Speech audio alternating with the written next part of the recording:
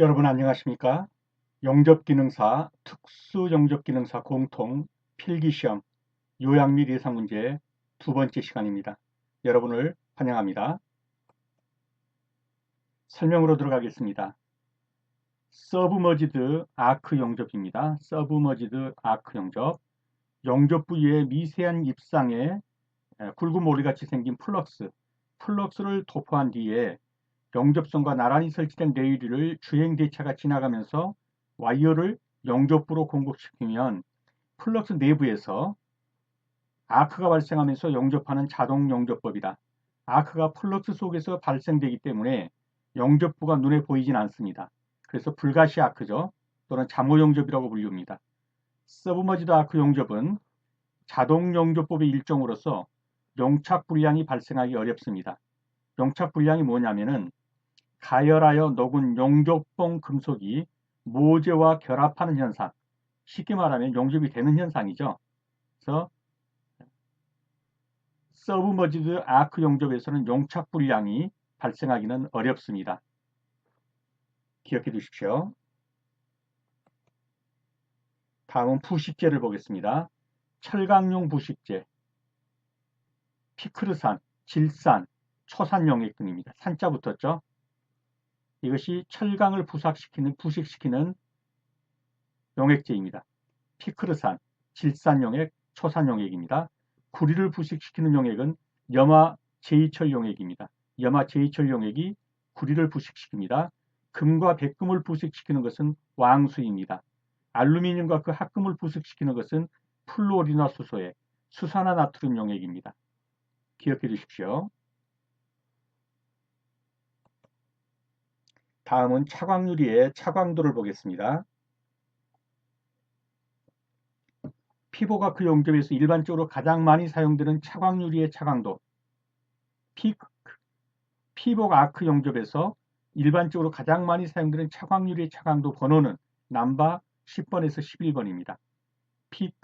피복아크 용접 차광유리 차광도 번호 넘버 10에서 11입니다. 다음은 아세틸렌을 보겠습니다. 아세틸렌은 1리터의 무게, 15도씨 1기압에서 1리터의 무게가 1.176g입니다. 암기해 놓으셔야 합니다. 아세틸렌 1리터의 무게는 1.176g입니다. 아세틸렌은 400도씨 근처에서 자연 발화합니다. 카바이트를 물에 적용시켜서 제조합니다. 카바이트를 물에 담궈두면 아세틸렌 가스가 생기죠. 구리나 음과 반응할 때는 폭발성 물질이 생성됩니다. 산소와 적당히 혼합 연소시키면 3000도에서 3500도씨의 고온을 냅니다. 아세틸렌 가스였습니다. 다음은 피복 배합제를 보겠습니다. 피복제는 유기물과 무기물을 적당히 배합하여 고착제를 사용해서 도포한 것, 주로 아크 안정제, 가스 발생제, 슬래그 생성제, 탈산제, 고착제 등으로 쓰이고 있습니다. 아크 안정제, 아크에 부드러운 느낌을 주고 잘 꺼지지 않도록 하려면 피복제에 포함되어 있는 성분이 아크 열에 의하여 이온화되기가 쉬워야 합니다. 그러면 아크 전압도 낮아지고 아크는 안정됩니다. 특히 교류 아크 용접에서는 제점호 전압이 낮을수록 좋기 때문에 아크 안정제 역할이 중요합니다. 결국 이러한 아크 안정제 역할을 하는 것이 바로 피복 배합제. 가스 발생제는 이 물질은 가스를 발생해서 아크 분위기를 대기로부터 차단하여 용융금속의 산화나 질화를 방지하는 것입니다. 이렇게 피복에다가 배합제를 섞어 놓으면 거기서 가스가 나죠. 타면서 이 가스가 이렇게 보호해 준다는 얘기예요. 대기의 산소로부터 보호해서 산화되는 것을 방지해 줍니다. 다음 슬래그 생성제입니다. 슬래그는 용융금속의 표면을 덮어서 산화나 질화를 방지함과 아울러 그 냉각을 천천히 해줍니다. 더욱 중요한 것은 탈산작용을 돕고 용융금속이 금속학적 반응에 중요한 역할을 하고 용접 작업성에도 큰 영향을 끼칩니다. 슬래그 생성제 역할을 해줍니다. 다음은 탈산제 역할을 해줍니다. 용착금속 쪽에 침입한 산소를 제거하는 것으로서 규소철, 망간철, 알루미늄 등이 있습니다. 피복 배합제가 이러한 역할을 해준다는 얘기예요. 기억해 두십시오. 다음, 유황은 철강조류에 소량이라도 포함되게 되면 재료에 악영향을 끼치기 때문에 오히려 탈황제를 써가지고 제거하는 것입니다. 그렇기 때문에 탈산제로 유황이 쓰인다 그러면 틀린 지문이 돼요. 탈산제로 유황은 쓰이지 않습니다. 왜냐하면 유황 자체가 악영향을 많이 미치기 때문에 있는 유황도 어떤 그 재료들을 써가지고 제거하는 것인데 유황을 오히려 사용한다? 그건 아닙니다. 그래서 유황은 사용되지 않습니다. 다음 고셀룰로스계 용접봉에 대해서 보겠습니다. 고셀룰로스계 용접봉은 피복제의 가스 발생제인 셀룰로스, 유기물을 20 내지 30% 섞었다. 기억해 두십시오. 고셀룰로스계 용접봉은 피복제에다가 가스 발생제를 몇 프로 정도 섞었느냐? 20 내지 30% 정도를 섞어서 포함하고 있습니다. 다음 가스 용접의 장점과 단점을 봅니다. 가스 용접은 운반이 편리하고 설비비가 저렴합니다. 전원이 없어도 가스에다 불 붙여서 용접하니까요. 전원이 없어도 됩니다. 아크 용접에 비해서 유해광선의 피해가 적습니다. 유해광선의 피해가 적습니다.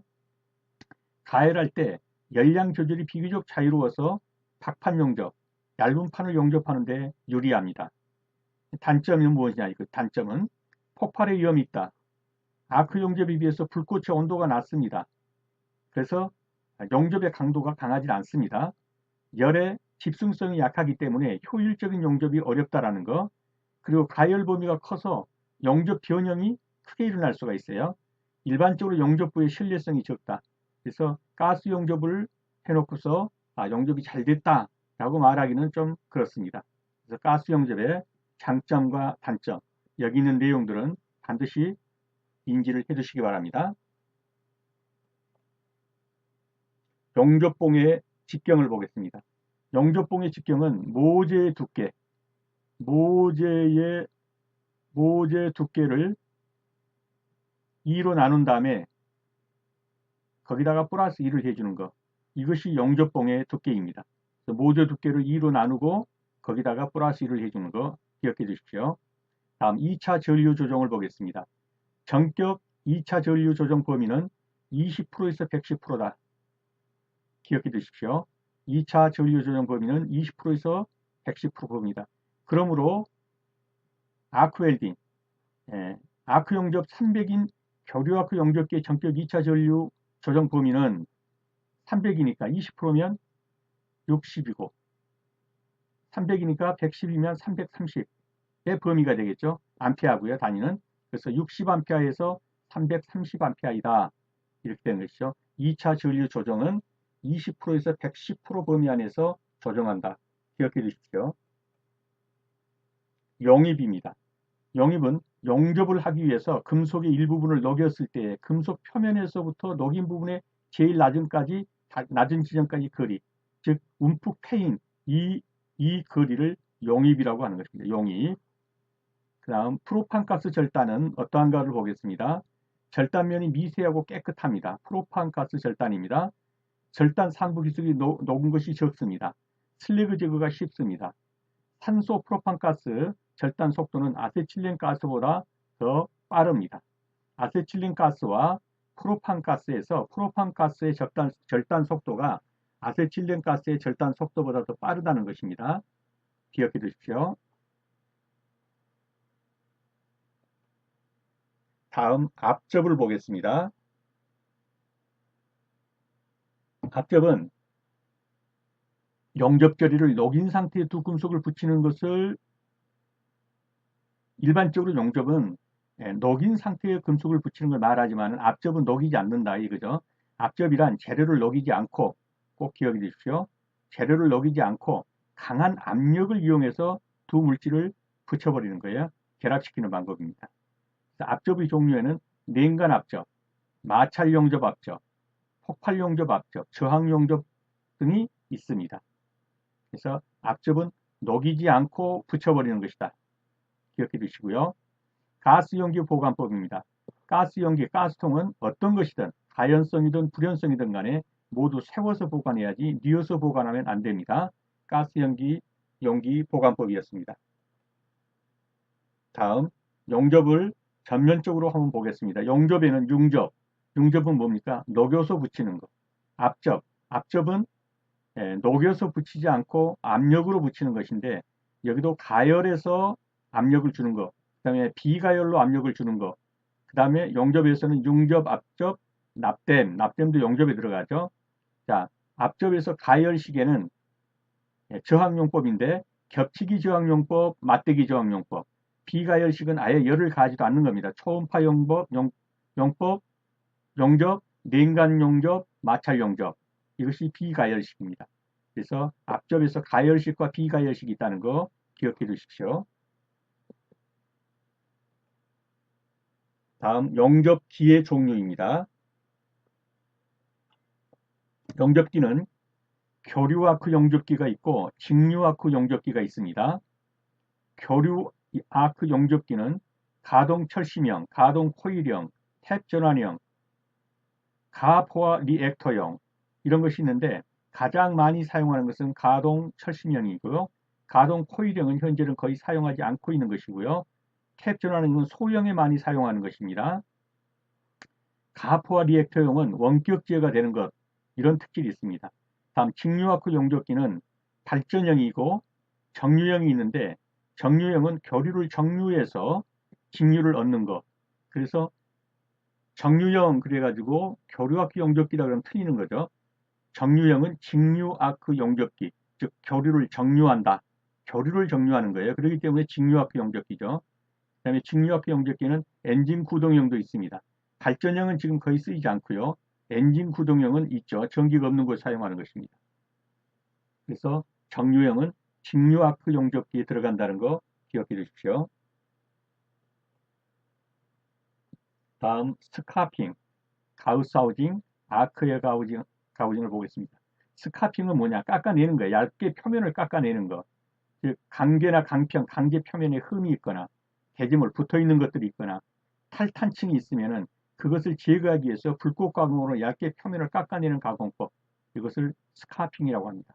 다음 가스 가우징.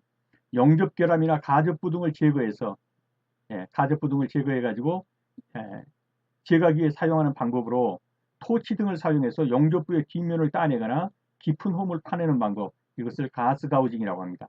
아크에어 가우징은 탄소아크 절단법에 고압 압축 공기를 경영해서 압축 공기로 밀어주니까 자금 능률이 2배 내지 3배가 높습니다. 모재도 해를 입히지 않는 것.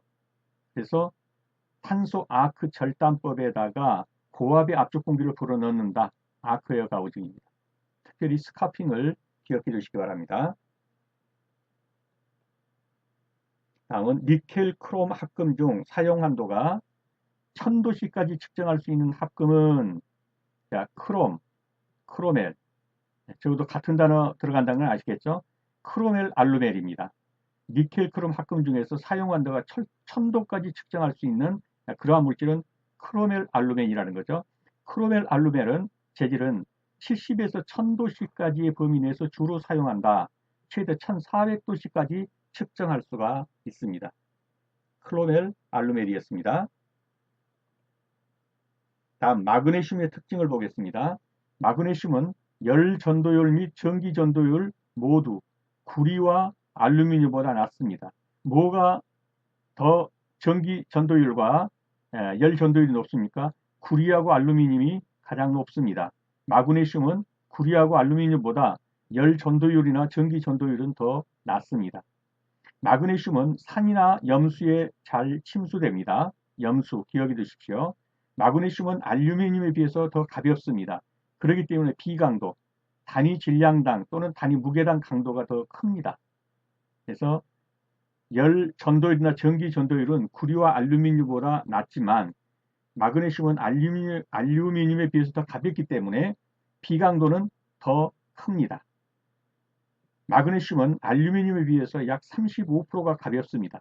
그렇기 때문에 단위 질량당 무게의 강도를 보면 비강도가 알루미늄보다 더 크다는 거 기억해 주십시오. 이제 배운 것들을 문제로 들어가서 풀어보겠습니다. 서브머지드 아크 용접부의 결함으로 가장 거리가 먼 것은 서브머지드 아크 용접이 따라가서 이렇게 하고 가면 여기에 입자상에 플럭스가 뿌려지면서 이렇게 가둬버리는 거예요. 그래서 보이지 않게 되는 거죠. 근데 용접은 돼가고 있는 거죠. 이렇게 레일을 따라서. 근데 이러한 자동 용접입니다. 서브머지드 아크 용접이라는 건. 그렇기 때문에 용착 불량이 발생한다는 것은 생각이 어렵습니다. 용접부의 결함으로 가장 거리가 먼 것은 용착은 잘 된다는 얘기예요. 그래서 정답은 4번이 되겠습니다.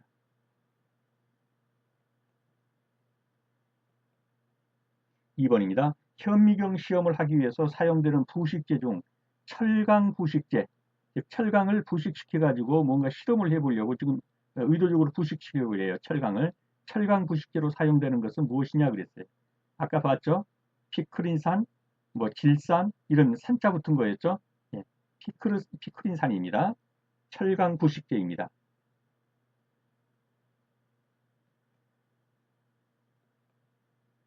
다음 피보가크 용접에서 일반적으로 가장 많이 사용되는 차광유리의 차광도 번호 남바 몇 번이라고 그랬습니까?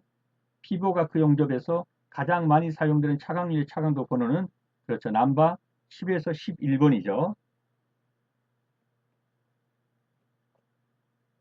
아세틸렌 가스의 성질 중 15도씨 1기압에서 아세틸렌 1리터의 무게는 어떻게 된다고 그랬죠? 아세틸렌 1리터의 무게는 예, 1.176g이라고 그랬죠? 1.176g입니다.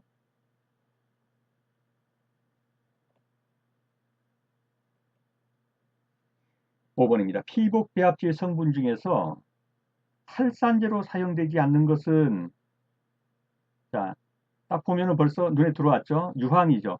유황은 탈산제로 사용될 수가 없어요. 유황 자체가 아주 해악을 끼치는 물질이기 때문에 있는 유황도 제거하기 위해서 유황 제거제를 쓰는데 유황을 탈산제로 쓰지는 않는다는 거죠. 그래서 탈산제로 사용하지 않는 거 그러면 유황입니다. 다음 고셀룰로스계 용접봉은 셀룰로스를 몇 프로 정도 포함하고 있느냐? 고셀룰로스 용접봉이 셀룰로스를 몇 프로 정도 포함하겠다고 그랬습니까? 그렇죠. 20에서 30% 정도를 포함하고 있습니다. 20에서 30% 정도입니다. 다음 가스 용접의 특징으로서 틀린 것은 응용 범위가 넓고 운반이 편리하다. 맞죠? 전원 설비가 없는 곳에서도 쉽게 설치할 수 있다. 맞죠? 가스에 불을 붙여서 하기 때문에 전기가 없어도 할 수 있습니다. 아크 용접에 비해서 유해광선의 발생이 적습니다. 맞습니다. 열 집중성이 좋아 아니죠. 열의 집중성이 떨어집니다. 그래서 효율적인 용접이 가능하지는 않습니다. 그래서 신뢰성은 부족합니다. 용접으로서 신뢰성은 부족하죠. 그렇지만 이러한 장점 때문에 사용되고 있는 것입니다. 틀린 것은 4번이 되겠습니다. 가스 용접에서 모재의 두께가 6mm일 때 사용되는 용접봉의 직경은 얼마냐 그랬습니다. 용접봉의 직경은 어떻게 된다고 그랬죠? 모재 두께를 2로 나눈 다음에 여기다 플러스 1을 한다고 그랬죠. 모재 두께가 6이면요. 6을 2로 나눈 다음에 여기다 플러스 1을 해주는 겁니다. 그러면 3 더하기 1이죠. 그래서 4mm가 되겠네요. 정답은 2번이 되겠습니다. 규격이 아크 웰딩, 아크 용접 300인 교류 아크 용접기의 전격 2차 전류 조정 범위는 그랬습니다. 아까 몇 프로 범위에서 조정된다고 그랬습니까?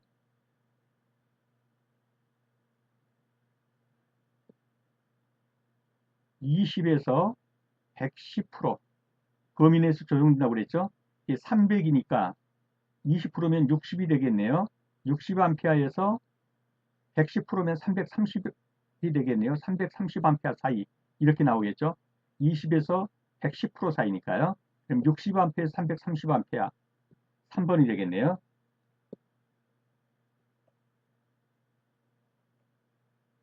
직류 아크 용접기로 두께가 15mm이고 길이가 5m인 고장력 강파를 용접하는 도중에 아크 용접병 방향에서 한쪽으로 쏠렸다.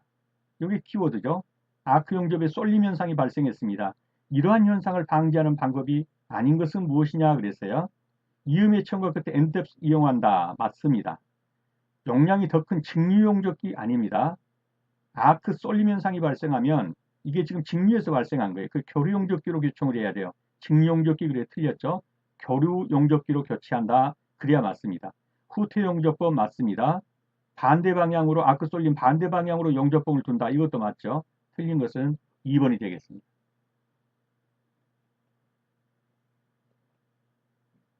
다음입니다. 피복 아크 용접 시 아크 열에 의하여 용접봉과 모재가 녹아서 용착 금속이 만들어지는데 이때가 모재가 녹은 깊이가 있죠.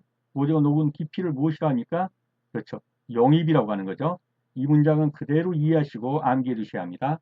모재가 녹은 깊이, 용입입니다. 다음 중 두꺼운 강판, 주철, 강계 등의 절단에 이용되는 절단법. 절단에 이용되는 거 뭐죠?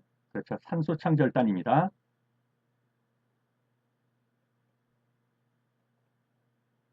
가스 절단에 이용되는 프로판 가스와 아세틸렌 가스. 한번 비교했었죠? 프로판 가스는 절단면이 미세하고 깨끗합니다. 맞습니다. 폭염 절단의 속도가 아세틸렌보다 느리다? 더 빠르죠? 프로판 가스가 더 셉니다. 그래서 이거는 틀린 지문이 되겠죠? 절단 상부의 기술이 녹은 것이 적습니다. 맞습니다. 슬래그 제거가 쉽습니다. 맞습니다. 틀린 것은요. 아세틸렌보다 프로판 가스의 절단 속도가 더 빠릅니다. 용접법의 분류 중 앞접에 해당되는 것, 즉 녹이지 않고 용융하지 않고 접합을 시키는 겁니다. 헤르미, 전자빔, 산탄가스 아크 다 이건 녹이는 거죠. 유도가열 용접 이것은 녹이지 않고 어느 정도의 온도만 준 다음에 압접을 시켜버리는 거죠.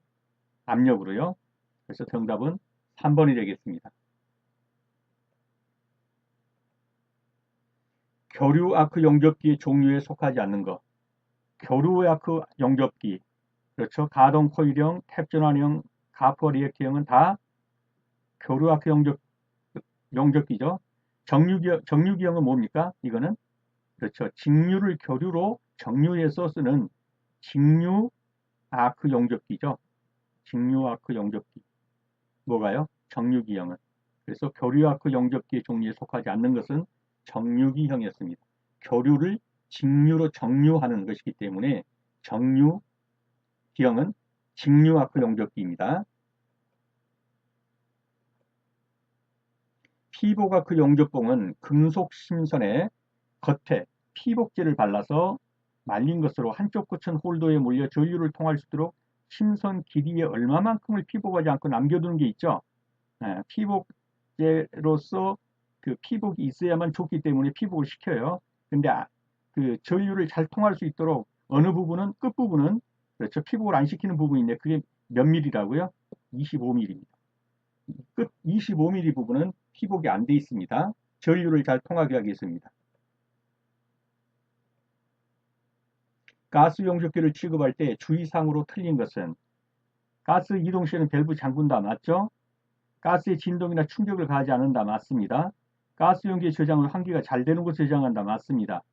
가스 용기는 눕혀서 아니죠. 어떤 경우든 가연성이든 불가연성이든 간에 세워서 보관합니다. 그래서 이것은 틀린 것입니다. 가스 용기는 세워서 보관합니다. 다음 강제 표면의 흠이나 개제물, 탈탄층 등을 제거하기 위해서 얇고 타오는 모양으로 표면을 깎아내는 거. 표면 깎아내는 거 뭐라고 그랬죠? 스카핑이라고 그랬죠. 스카핑입니다. 니켈, 크롬 합금 중 사용 한도가 1000도씨까지 측정할 수 있는 합금. 좀 비슷한 거 찾아보라고 그랬죠? 크로멜. 그렇죠? 그래서 정답은 크로멜 알루멜입니다.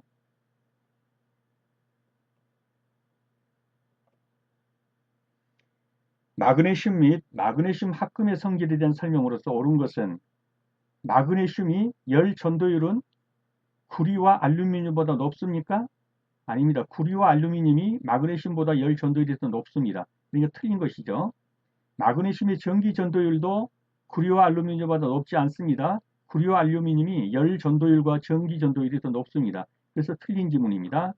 마그네슘 합금보다 알루미늄 합금도가 비강도가 더 우수하다. 마그네슘 합금이 알루미늄보다 더 가볍죠. 그래서 그 무게에 비한 강도는 더 셉니다. 그래서 이 부분은 맞는 것이죠. 알루미늄이 더 높다고 그러니까 틀린 거네요. 마그네슘 합금이 비강도가 더 우수합니다. 그런데 마그네슘보다 알루미늄 합금 비강도가 우수하다고 그랬으니까 이건 틀린 지문이 되겠습니다. 마그네슘은 알칼리에 잘 견디나 산이나 염소에는 침식된다. 이건 맞는 표현입니다. 마그네슘은 알칼리에는 잘 견디지만 산이나 염소에는 침식됩니다. 정답은 4번이 되겠습니다.